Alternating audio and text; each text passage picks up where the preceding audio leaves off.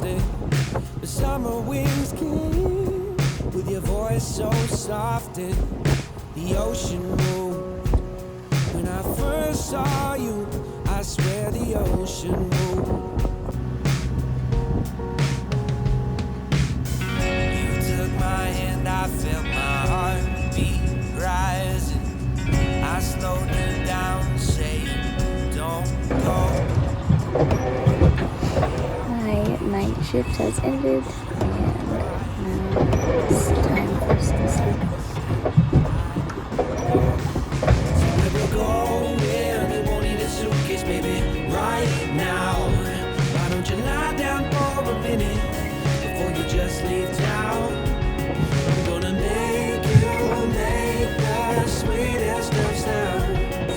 I want you.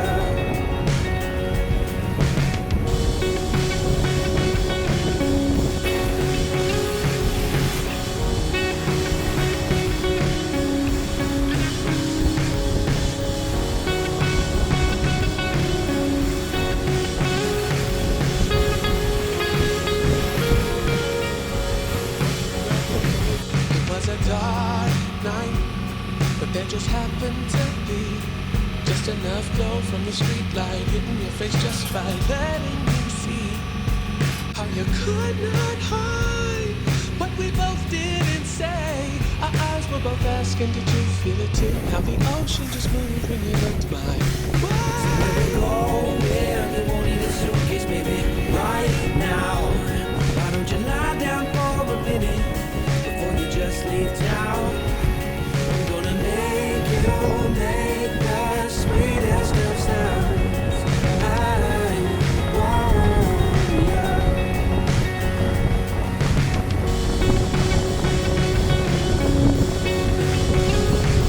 Let your moves make my percussion and your body the sound.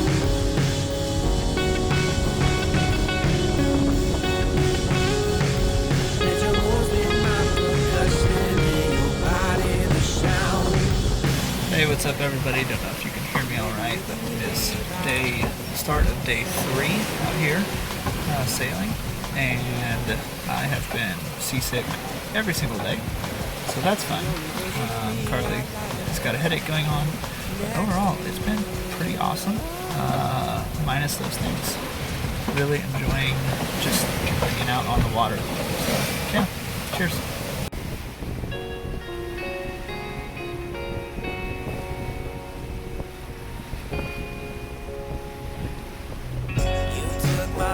I felt my heartbeat rising. I slowed you down, saying, don't go. The way I wanted you was so surprising. You looked back and said, I know. Said we were going, you won't need a suitcase, baby, right now. Why don't you lie down for a minute before you just leave town?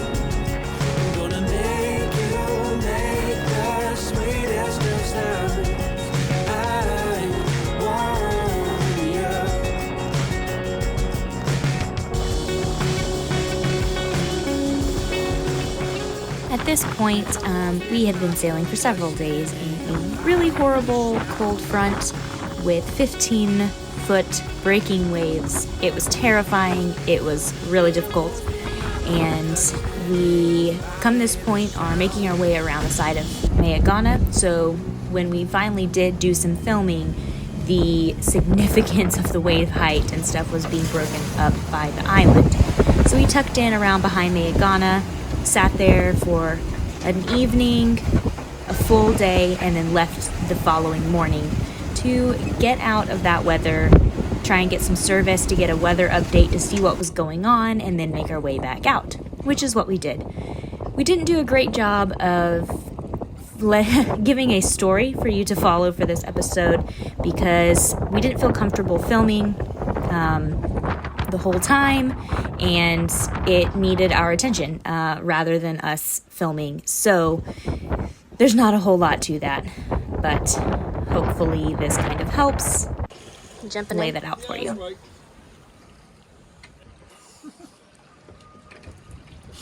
Don't hurt yourself.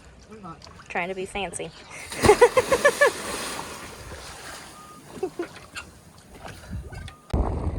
It's pretty windy. Oh, sorry.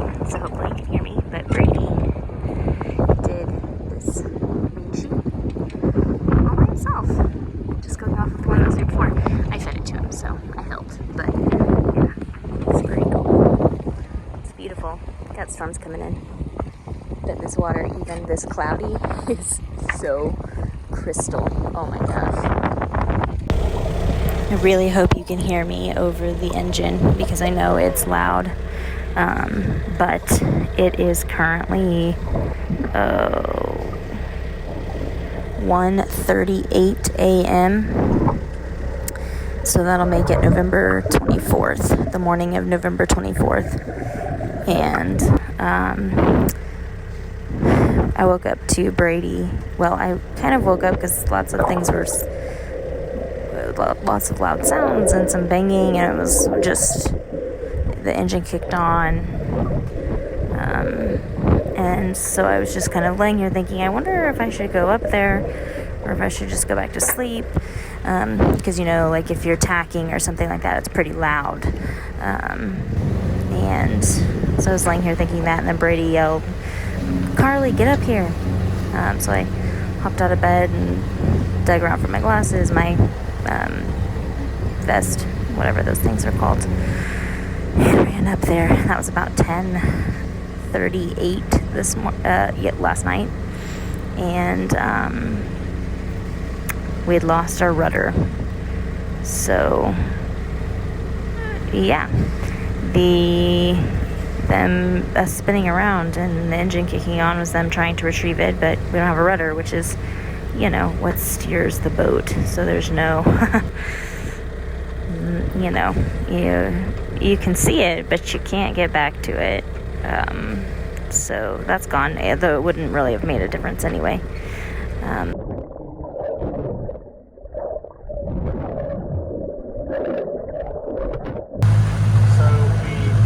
Our rudder in the middle of the night last night.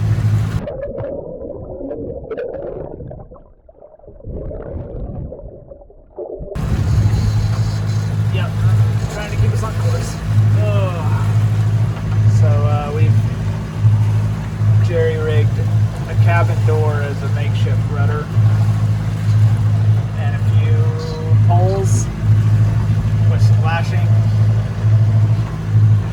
as a tiller for the cabin door rudder. We've been trying different ways of setting up the sails to try and get us to motor in a semi-straight direction, in a semi-direction we want to go. And then we got hit with a storm, and now we're seeing lightning. And I think we've maybe heard one, because you see a lot of lightning, but it's far off, so you don't ever hear it. But I think we've maybe heard one of the lightning. Yeah, so we're working on an option for chair rigging a rudder.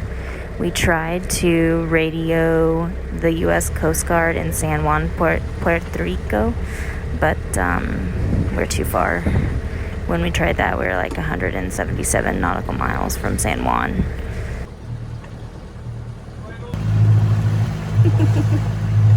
And we're making it.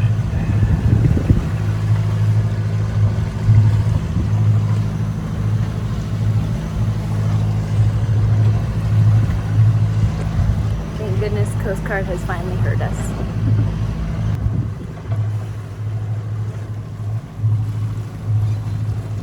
Alright, so slowing it down. I'm pulling on it.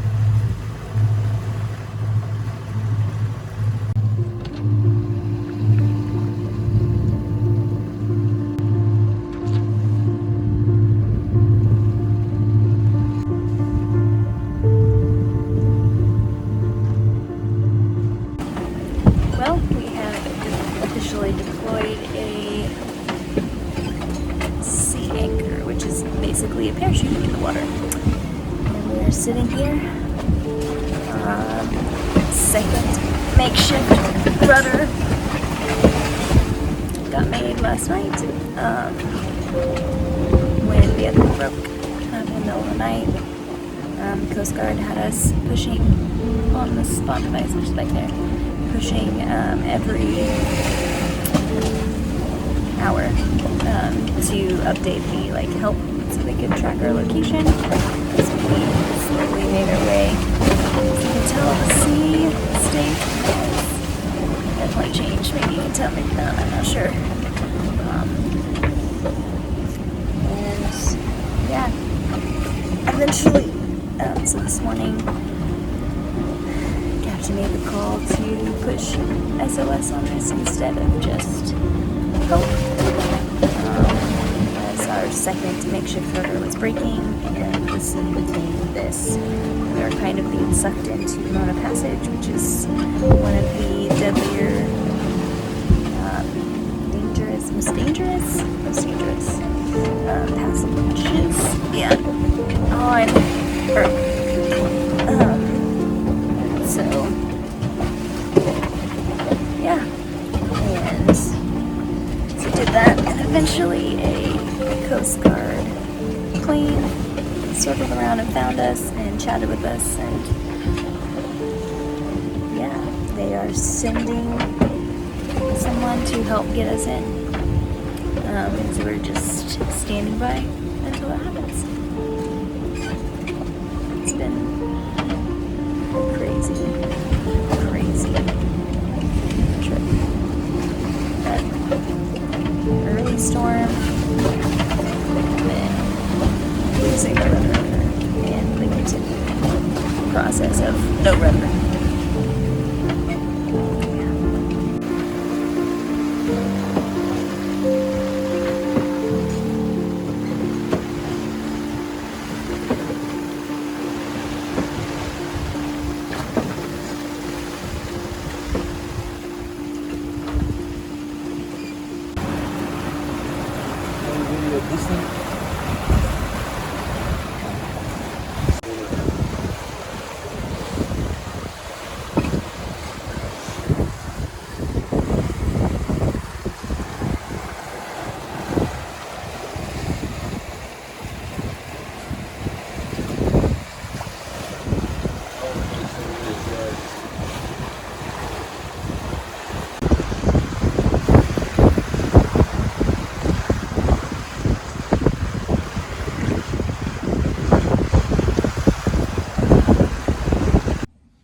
Alright, real time jumping in here to kind of give a quick debrief.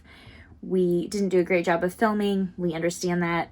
It's kind of hard to follow the story in the mess because it was just random clips when we got a chance to film them and that sort of thing.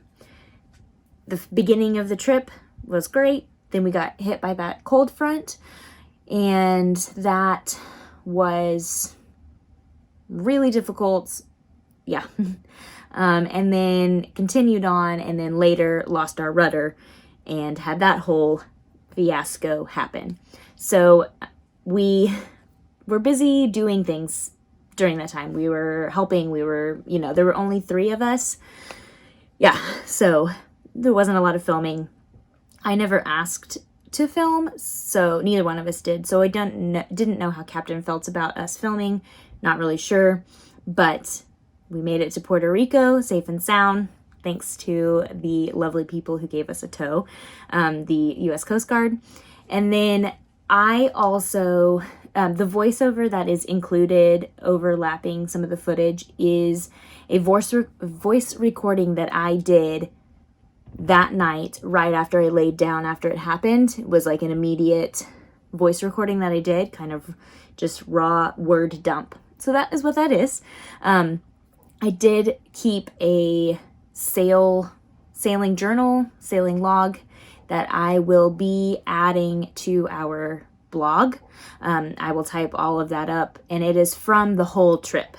And I will be adding that to our blog, which we will make sure to link to if you want to actually dig into the story more than the footage that we have, because the footage we have is not amazing and definitely didn't film the more intense moments. and it's hard to tell where one day ends and another has started, and all of that, and I'm sorry about that. But the sail log, if you would like to look at that, will be a lot more in-depth, and I can definitely give you that to read if that interests you. And I may end up doing a voice recording of it as well and putting that up on the website if you are not big readers. So yeah, thanks for understanding, and thanks for joining us through this journey. Surprise, we own a boat now, and that's what I'm on. So look forward to sharing all of that with you later. Thanks for the love. Thanks for being here. Appreciate you guys. Bye.